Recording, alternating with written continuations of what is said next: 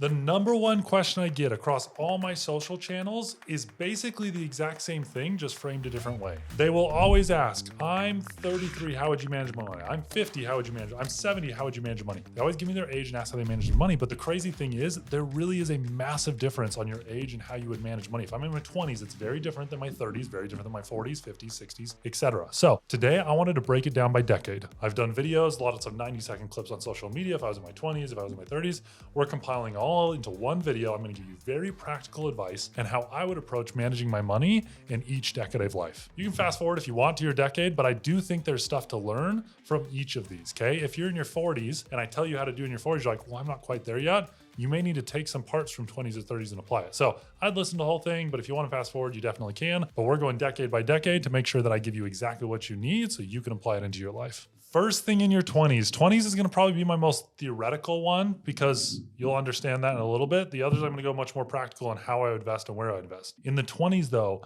it is more important to get your mindset right, your knowledge right, and maximize your earning potential over your life than it is to actually save every single dollar. You have to set your foundations inside of your 20s. You've got to figure out how to run a budget that is scalable with you as your income scales. What I mean by this is your budget should not say rent is $652. Now that you're entering real life, you have a career, you have a job, whatever it is, you're starting to earn money, you need to figure out how to do a percentage-based budget. Your mortgage or your housing expense should be the same percentage of income no matter how much you make, okay? Figure out what that percentage is. Is it 22%? Is it 30%? Is it 28%? I would never go over 33%, but figure out what the percentage of that is, because if you can nail down your percentage-based budget inside your 20s, this will save you worlds of heartache because lifestyle creep can't happen when you use a percentage-based budget. What happens when people use dollar amount budgets is they justify increased spending when their raises come. If you get a raise from $5,000 a month to $6,000 a month, a lot of you will justify the one thing that you want to spend the money on then, and that's how lifestyle creep happens. I want to buy the car now that I got the raise. I want to get in the home now that I got the raise. But if you do that, that is lifestyle creep. It's going to kill your saving, earning, and investing future. You need to transition to a budget that is scalable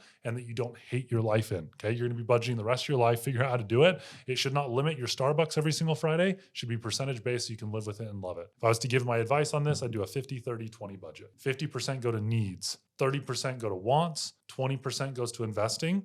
But I would actually flip that. The first 20% automatically goes to investing. Okay, it's the first thing you do. Then you go needs, then you go wants, because you should always invest in yourself first. Next piece of advice for inside your 20s. This is the time that you can be a little bit more risky than you normally are. You need to have your foundation set. But once you have your foundation set and you're going to start investing, you can be a little bit more risky. What this means, you should have a survival fund of 3 to 6 months. I think it's like 80%, no, it's 70% of America can't go one paycheck without going into further debt. That's mind-blowing and really scary. Don't be part of the statistic. Set aside 3 to 6 months of bare necessities, not you going out to eat and traveling and all the vacation stuff. Figure out exactly what you need to live on. If you were to cut all unnecessary spending out and have 3 to 6 months of that number, it's called your survival number, inside of a high yield savings account so that you're good to go. Once that foundation is set, then you can do like an employer match 401k. But in your 30s, 40s, you're going to watch me talk a lot about diversification and preservation of wealth. In your 20s, that's not the case, okay? Figure out how you can get maximum returns. In my 20s, I would be looking at alternative investments like cryptocurrency or finding a real estate property or figuring out ways to start businesses and side hustles. Be a little bit more risky with your money now because you have a long time for that to play off. It is much harder to choose an investment that's going to hit 100% return when you're 60 years old and you have to start pulling at 62. You don't have time on your side. Right now you have time on your side. So I would be a little bit more risky in my 20s with my investing future once I have my foundation set of survival fund and an employer match and kind of that kind of stuff. So we've hit budgeting, we've hit investing. Now I'm going to go job. With your job, you need to prioritize the knowledge you're getting over the income you're getting. Don't go into debt. Don't take such a low-paying job that you're going into debt. That's not what I'm saying. What I am saying, though, is you have the opportunity to change the trajectory of your earning potential for the rest of your life when you're inside your 20s. If you get around a mentor that can change the trajectory of your life 1 or 2 degrees, that 1 or 2% compounded over the rest of your life is going to turn into millions of dollars of earned income because you're setting your life up for success. Find the person that is living your ideal lifestyle, that it has holistic greatness. Family's great, health is great, job is great, income's great.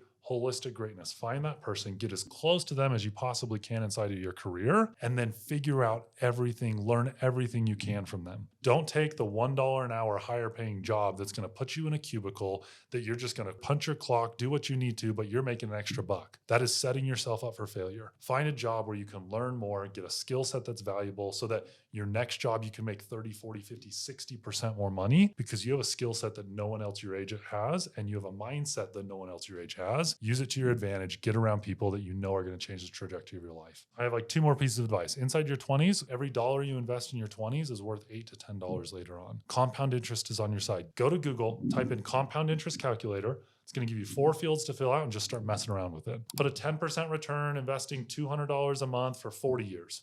Then change that to 30 years, then change that to 20 years, and watch the difference in the retirement account amount that you can end up with. It's absolutely mind-blowing when compound interest is on your side. Every dollar you invest as a 20-year-old is so much more valuable than every dollar you invest as a 30-year-old. Now, some of the advice I'm giving you is almost counterintuitive. I'm telling you that every dollar you invest right now is super valuable, but then that you can be more risky with your investments, but then not go earn more money because you need to get around the right people. There's a balance to everything. You're going to hear so much advice from the gurus out there. You need to figure out how to implement as many pieces of the advice into your life because you're a human being that is dynamic and every situation is going to be different. Last piece of advice I'll give for 20s before I go to 30s. 30s is going to be a little more practical. Inside my 20s, I would be hyper conscientious of the career I'm deciding to go into. 40 years from now, our world is going to look so drastically different as far as what careers are making money. We are on the precipice of AI completely changing everything. In my opinion, the blockchain and cryptocurrency changing a whole lot of stuff, automations.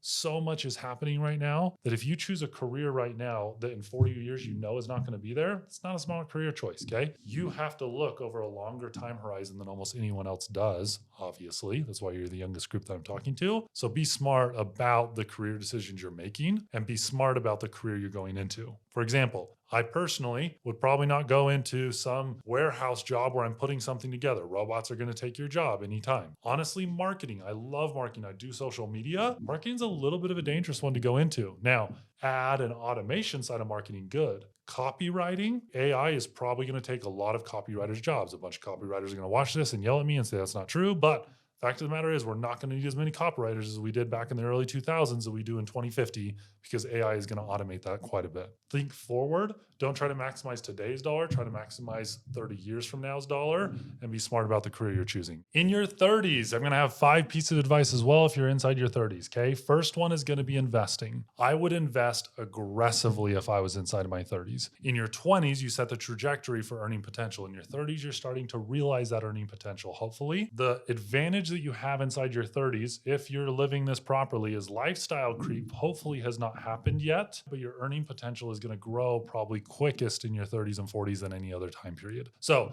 I would take lifestyle as far down as I can.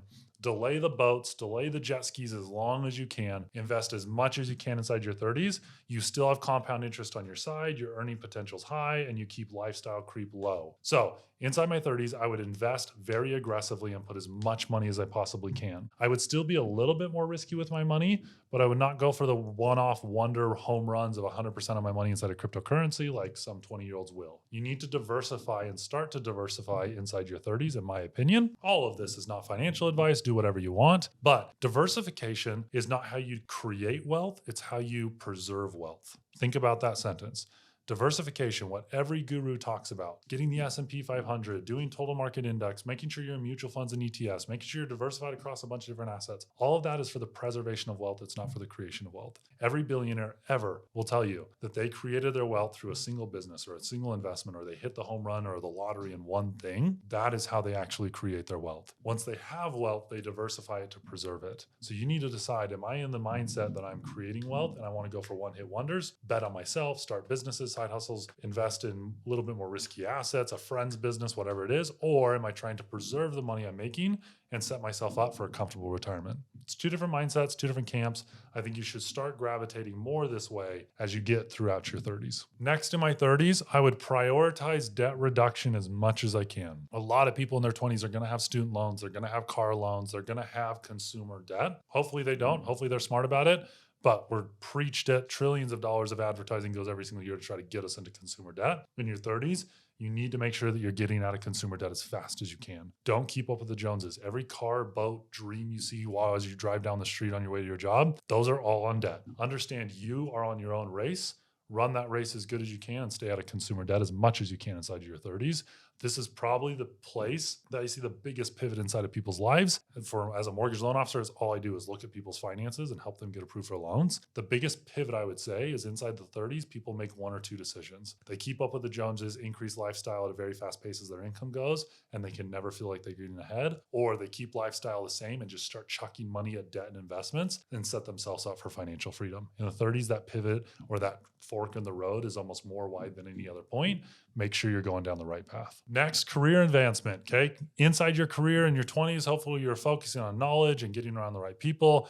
In your 30s is where I'd start looking more about career advancement. I hate promoting job hopping because I don't believe in job hopping in its core, but I do believe in being paid what you should be paid and being valued for the skill set that you bring. Hopefully for the first 10 to 15 years of your career, you've been building an incredible skill set. Now's the time to get paid for it. Set the meeting with your employer, know the questions you're gonna ask, have a clear defined benefit for your employer that you're gonna bring, set a goal for you to achieve that said thing, do it for the next 90 days, and then go back to them once you've achieved it and said, I told you I was going to do this project. I did it. It should have resulted in this much money in your pocket. I would like to talk about that raise that I brought up before. Have tangible evidence of what you're doing and bringing for them to justify that raise. Going sales, commissioned, all that kind of stuff is going to help you get higher raises. As an employer, I am much willing to pay someone more if they are commission based, just because they eat what they kill. If they're able to get more sales in, I have to pay them more. It's a risk analysis for every single employer. Make sure you think about it for you. But this time of career advancement is very, very important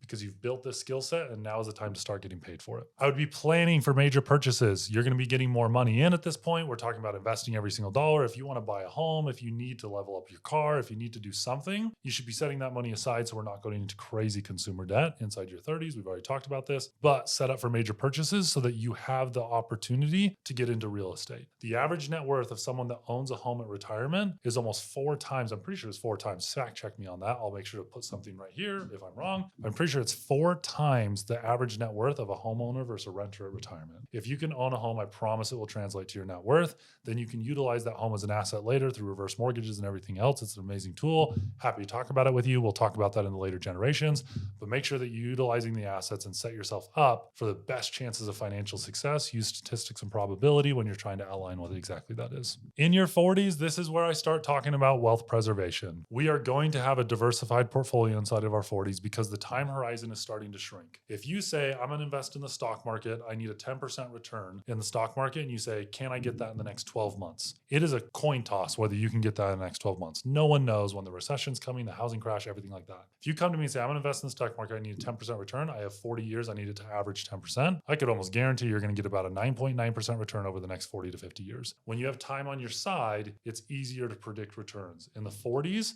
you've got about 20 years. You're starting to flirt with that where it's harder to predict one-hit wonders or successes. So you need to start preserving your wealth and getting a diversified portfolio. What this looks like, I think you should do majority in ETFs, mutual funds. I mean, I personally love VTI, VOO, the S&P 500, NASDAQ. Like, look at broad-based ETFs inside your stock portfolio. I think everyone should have a small exposure to cryptocurrency. Do your own research, but you should have between 1 and 10% of your net worth in cryptocurrency. You should have some real estate in the mix. You should have a high yield savings account or your survival fund. So we've got cash, we've got real estate, we've got cryptocurrency, we've got stocks that are diversified. That is a great portfolio as we start to build on and preserve our wealth so that we're setting ourselves up for the next 20 years of our lives as we start to near retirement. A lot of financial gurus are going to start to tell you to put money into bonds. This is not financial advice. Always do your own research. I don't like bonds, okay? If I'm trying to keep up with inflation, there are better ways to do it. I personally believe a diversified portfolio of stocks, real estate, cryptocurrency, and cash is enough diversification for me. The only reason I'm putting this inside this video is to challenge the mainstream investment advice that you get. You will have lower returns over the course of 20 years, 99% of the time, if you are 50% stocks, 50% bonds, or 75% stocks, 25% bonds. At this point in the video, hopefully you understand this. One more diversification adds one more piece of preservation. You have to decide risk versus reward. Personally, I don't love it. You can do whatever you want. This is completely your portfolio. I'm just chucking it out there to challenge the mainstream thought process here that you should have 25 to 50% of your net worth in bonds as you start nearing retirement. I don't believe in it. I don't personally do it. If I can average a 10% return, I'm going to try to average that as long as I can. Inside my 40s is when I'm going to start thinking. Hopefully you thought about this prior, but this is when you need to start thinking about wills, trusts, setting your kids up, securing your assets for the time comes that it's time to pass those assets on. We don't know when that is. Could be tomorrow, could be 50 years from now, could be 100 years from now. But you should probably start thinking about, how am I going to set up my will? Am I going to have a trust? How do I transfer those assets into a trust? How do I set up my kids for success? A lot of people inside, I'm going to say the boomer generation, are of the thought process that they don't want to pass on any of their wealth until they pass on. I'm going to challenge that for a second, not saying it's right or wrong, but just to add another, basically play devil's advocate for a little bit. I know a lot of this generation would rather that money in their 20s, 30s, and early 40s than in their 50s, 60s, and 70s. Is there a way that you can set up your finances now to get that money to your kids earlier in life so it can make a greater impact for them if they're ready for it? Some kids at 22 are not ready for that money. Some kids at 35 are not ready for that money. But make sure you challenge the, I'm going to pass my money when I pass on, and see if there's a tax advantaged way for both you and your kids to pass on that money in the time of their life they actually need it, rather than when they're nearing retirement as well and actually don't need the money. Wealth preservation and wealth inheritance is a big taxable event, and it can deplete a lot of your net worth and not actually go benefit your kids if you don't do it in the right way. This is the moment I would start to get CPAs and attorneys involved to make sure that I'm doing that in the smartest possible way. Your biggest earning years are probably going to be inside of your 40s. Hopefully it's in your 50s. It's probably going to be inside of your 40s. Maximize every dollar you can. This is when you do chase the extra dollar an hour. This is where you do chase the job promotion or the job hop. You may make the same or a little bit more in your 50s, but when you compare it to inflation and everything else, you've had exponential growth to this point, and you're going to start flattening for the majority of people here. So chase every single dollar you can get while you still have time on your say to invest. We are now in the decades of my 50s. So inside of my 50s, I would start to really analyze what my number is. In your 20s, 30s, and 40s, it's almost fun to pipe dream, and you should pipe dream and say, oh, I need this much in retirement. I'm going to start working towards that, because having a goal will motivate you to get to that point. In your 50s, you're likely 10, 15 years away from it. It's easier to predict inflation over 10 years than it is over 40 years. We're likely going to know what that number actually looks like that we need to hit, and we can start making plans for it. You will also have a much better idea of what your Social Security benefits are actually going to look like 10 years from now, what your pensions look like, what your 401k looks like. You are going to have a better picture of what you're dealing with. And this is the time you put it in a spreadsheet and start to figure out, this is the number I need that I'm working towards, so you can set the finish line in sight. What does my ideal retirement lifestyle look like? Am I traveling? Am I not traveling? Do I own a home? Do I have a mortgage? Am I in debt? Do my cars paid off? Hopefully you have a little bit better picture of what that actually looks like, rather than just some pipe dream of 40 years out for a lot of our 20-year-olds. And you can set that number is, I'm going to have $3,200 a month from Social Security coming in. My pension is going to bring me $2,500 a month. That gives me $5,700 a month. I'm completely debt free. I don't want to travel. That's enough. I don't need any money. That's a real scenario. Another person's going to come in, have the same numbers. I still have a mortgage. I still have 2 cars. I want to travel to my kids. I need $10,000 to $12,000 a month. So we can back into the assets that we need using the 4 to 5% rule and figure out what you need in retirement. This is the point where we need to set a finish line and create a realistic plan to get there, because it's coming quicker than you think it is. Do you want to downsize? Is there equity in your home that you can better use to secure yourself in your retirement? Do you want to look at annuities? Do you want to look at diversification? You should be very diversified in your 50s. The wealth that you've created over the last 50 years of your life needs to be preserved. Now is not the time to put it all on black as you're walking through the casino in Vegas, okay? Not the time to put 100% into cryptocurrency. Not the time to gamble on your money like you may have done in the past. Now's the time to be very diversified, preserve the wealth, set the goal out and go solve it, and then figure out the levers that you can pull to make sure you can get to that number. If you need $1 million of assets and you've determined that and you're at 100,000, that's going to be fairly difficult to do in the next 10 years. Start looking at what available assets you have. Maybe you have a home that is 800,000 and we can drop it down to a $500,000, or downsize a little bit, or move closer to kids, or whatever it is, so that you can set yourself up to actually have an attainable goal in front of you. Maybe you pay off cars or buy a little bit cheaper cars to drive cash paid cars, so you have that car payment for the next 10 years, because that will add $6,000 a year over $60,000. You know what I mean? Like, Start really thinking granular about the assets you use, the assets you have, and how you want to utilize them to set yourself up for financial success. Last two pieces of advice for my 50-year-olds. First one, health long-term. There are a lot of pieces here that you should probably be talking to a professional about with healthcare, Social Security, retirement, and 401k. Your healthcare will switch to a government-provided healthcare upon retirement. If you're taking Social Security when you're still working, you'll be taxed on said Social Security at a different rate than if you weren't. There's pieces here that you need to start thinking about. When is my retirement date? When am I taking Social Security? When do I need to have health insurance covered? All this kind of stuff, because it will matter. If you're not on Social Security and you're having to pay private health insurance, that can be very expensive in your 60s, and you need to think through that. So plan for the healthcare expenses and make sure you're calculating it in the last piece. We already talked about trust and wills in your 40s and setting it up. If you have not done it in your 50s, do it. You need to start thinking about the legacy. How am I going to pass on assets? How do I want those assets to pass on? What do I want my legacy to be? And start legacy planning. The last thing that you want is for the people that you love most in life to have a hardship above and beyond grieving when you pass. Now, I know you're only 50 years old. I'm talking to your 50s, but I've personally seen families torn apart because of what happens after their loved ones pass because their financial orders were not in order. Make sure that's not you. If you love them, set them up for success, put the stuff in trust, have clear defined goals, responsibilities, and plans for it so that they don't have to make those decisions after, so that they can focus on grieving the loss rather than trying to dictate the money. Money tears apart families more than ever. And you have a real opportunity to make sure that doesn't happen to your family. I know this is kind of morbid. I know this is 30, 40, 50 years down the future, but this is the time that we start figuring this stuff out because we're planning for retirement, we're setting dates, we're setting goals, and this all has to be worked inside of that. If you were in your 60s and 70s, I'm amazed at how many people say, I'm 67 years old, this is my situation, how would you save for retirement? If you're in your 60s and 70s, the conversation is very different. At this point, you need to do and run numbers. I know some people don't like numbers, but you have to do it. How much do you need to live on every month? How much are you bringing in every month through Social Security and through pensions, retirements? And do you need to carry a part-time job? How can I get out of debt?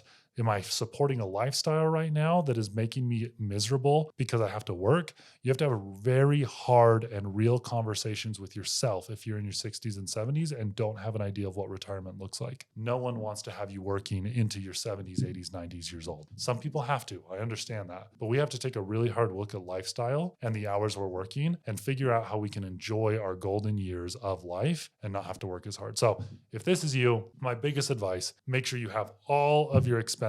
You know exactly to the penny how much you need every single month to live on without unnecessary spending. Then list every asset you have, from Social Security to pensions to 401ks to IRAs to everything that you have available, and figure out exactly the delta between the two. Do you have a surplus? Do you not have a surplus? Figure out if you have enough to live month to month. If you don't, how many hours or what's the way that you're going to bridge that gap? At this point, it's all about practical planning rather than budgeting and investing. Now's the time that you need to figure out exactly what you're going to do in your life so that you can enjoy the golden years of your life and the people that you love and surround yourself with. This was a journey going from 20s, 30s, 40s, 50s, 60s, all the way through. But every phase of life investing is different. If you haven't accomplished your decade, it's not too late. Okay, the average first-time home buyer last year was 35 years old. The average net worth of an individual at retirement was $180,000. Both of those are very attainable. You see this lifestyle on social media that's just not real. Set realistic goals, figure out how you can achieve them. Don't compare yourself against everyone else. Understand the foundation that we just set. Continue to follow me on social media so I can help you grow your net worth. And together, we will get you the retirement that you want.